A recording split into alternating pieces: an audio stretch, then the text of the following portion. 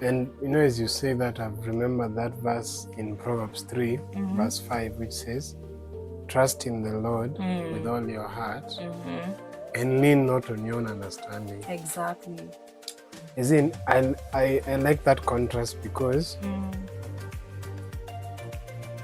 and actually verse 6 says, submit your ways to him and he'll make your path straight. Yeah. So God is like, that which is causing you to be comfortable, don't believe it. Yeah. Just because I remember when I was in primary school. Okay, for the 844 guys, what was CBC amtaelewa hii, wacha tuachanue. There used to be a hack where if you wanted to go to a national school or a very good provincial school, you would go to the same county where that national school is located. So like in my case, because my early primary school was in Nairobi, Yeah. were I to do my KCPE there, my chances of getting to that school, that national school, most of the national schools, big national schools then were in Kiambu and Murang'a County. Then was Kiambu Province, Murang'a Province. So I told myself then, if that's the case, okay, well, so the best thing would have been go there in that particular county or that particular province then to access. So at the time, where I was, to be honest, I was comfortable. Let me say why. I was the poster boy for that school, in a manner of speaking. They didn't have a head boy, but by the time I introduced a head boy, I would have been given head boy. I was the Scouts commander. I was number 1 in my class ever. Yeah. I remember one time a girl came, a new girl, and in her interview exam, she did better than my friend Steve and I. We cried for like 2 hours. We didn't want to imagine that this one is coming to dethrone us from number 1. Because anytime I was number 1, Steve was number 2. When Steve was number 1, I was number 2. It was always like that. So I was comfortable in that school. And I always got 400 plus. I can't remember me getting less than 400. So my dad was like, you know what? Because when you go to a national school in one of these ones, You have to translate. let me take you to a school. Same standard as this one, but now in different county. It wasn't even very far from where the other school was. So we went. I showed you the other day, remember? So we went. And I remember the first exam I did. Of course, the school is bigger. The one I was in was smaller. I didn't have many people. Like I think maybe 15, 20 students. Now this one I'm going to a school which has 2 streams of 30. Or 30, yeah, 30 or 35. Big class, 70 plus people. Yeah. So when I did my first exam in that school, sijui kama ni woga ama ni new environment, I was number 29. From number 1. 1 out of 15 or 20 to number 29 out of 70. Then my dad, being the wonderful man he is, he said, now this one tells you where you actually were. So I look at that and I'm like, where I was going, that story was, we know that it was good for me. But something was telling me, I don't want to leave this place. Yeah. I'm so attached to this level. I'm the king in my level. Why do you want me to go to start all over again when I'm there? Maybe in that office space and everyone, you're the darling of that office. Everyone loves you. Your boss loves you. Your colleagues just adore you. There you are, or maybe you're in that school or in that church group, and your pastor, you're pastor's favorite.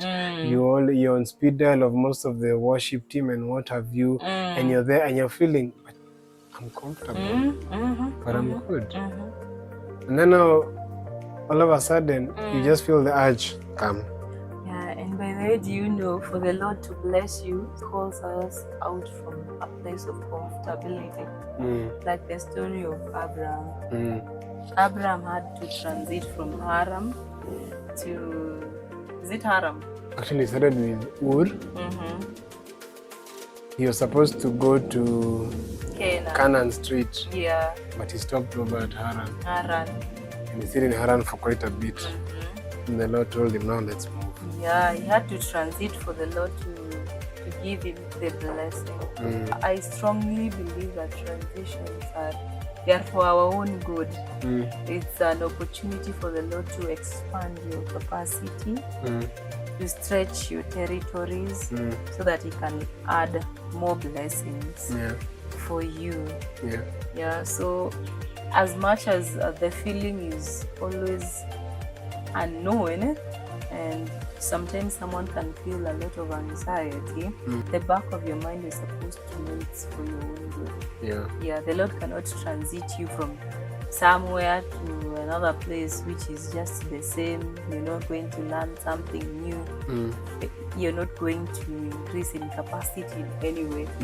So I take transitions as a good thing, but I admit the feeling is not usually very nice, especially for workplace transitions. Oh my God, because you don't know the dynamics of that place, and then you have that fear of entering into toxic environment, especially if you have an experience, and then you don't want to get into spaces where people don't accept you. There's a lot of uncertainties. It's like you go tiptoeing, and you go there people pleasing, trying to be everyone's darling before you study the environment. Yeah.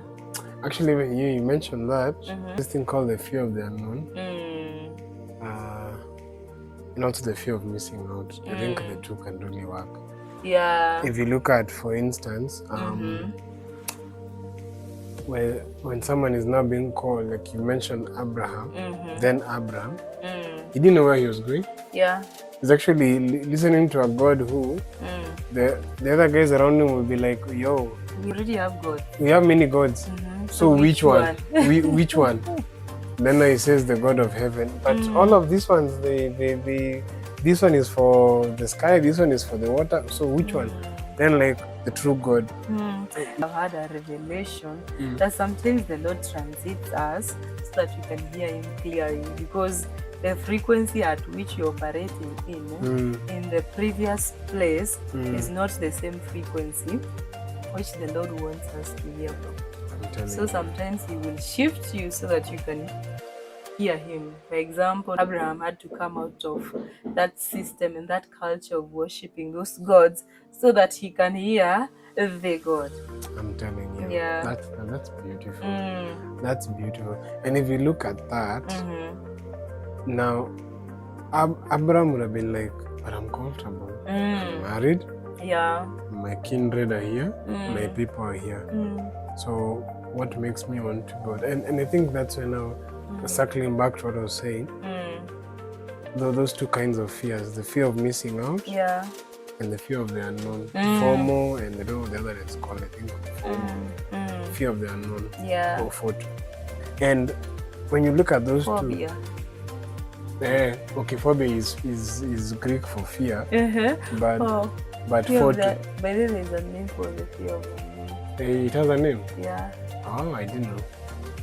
I didn't know it has a name. Can't recall. Is this going to come? I'm sure you'll get it.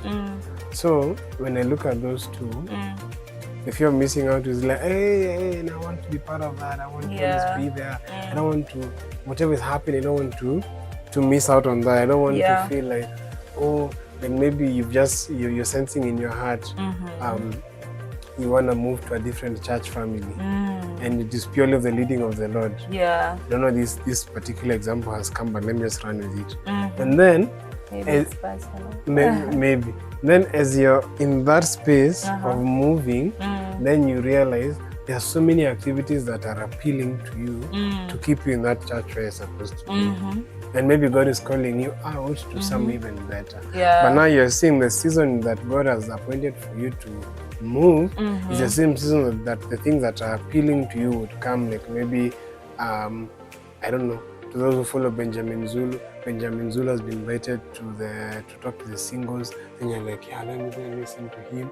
Kidogo. You find you don't know even how pastor got a connection with who, some media personality is coming to talk to people. Yeah. So you find the programs that are now coming in that season. They want to keep you stuck they're there. so attractive. I know. So you don't want to miss. But then the funny thing is, and I don't know if you've ever seen that that meme that you want to hold on to something so small, there's something so big. Yeah, and I think that's how we get played. Those are called baits. They are just baits. to keep you there. Yeah, they are baits. Imagine they're just baits. The way it's counterfeit, because if you look at now that one, now they're making you feel like you can't live here. Yeah, this is where you going? We also have the same things you're going this there is, this is where you're supposed to be. And sometimes it's confusing because you're like, Ama enyewe, I was meant to stay in this place. You know? And you can be like, I should be here, let me stay here.